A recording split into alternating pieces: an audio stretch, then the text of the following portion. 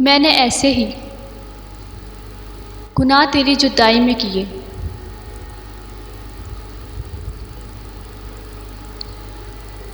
मैंने ऐसे ही गुनाह तेरी जुदाई में किए। जैसे तूफान में छोड़ दे घर शाम के बाद, जैसे तूफान में छोड़ दे घर शाम के बाद। मैंने ऐसे ही गुनाह तेरी जुदाई में किए।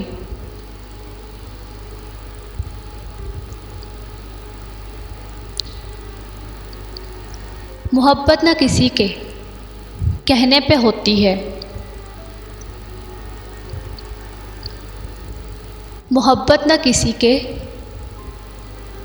कहने पे होती है,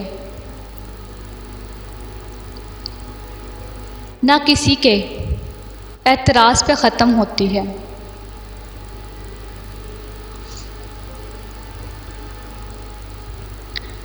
उसने कहा हमसे दुश्मनी महंगी पड़ेगी।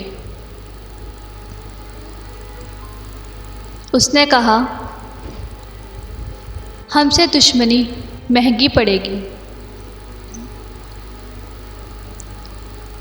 मैंने कहा सस्ता तो हम सिगरेट भी नहीं पीते। मैंने कहा सस्ता तो हम सिगरेट भी नहीं पीते।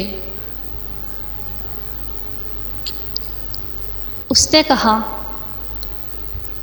हमसे दुश्मनी महंगी पड़ेगी।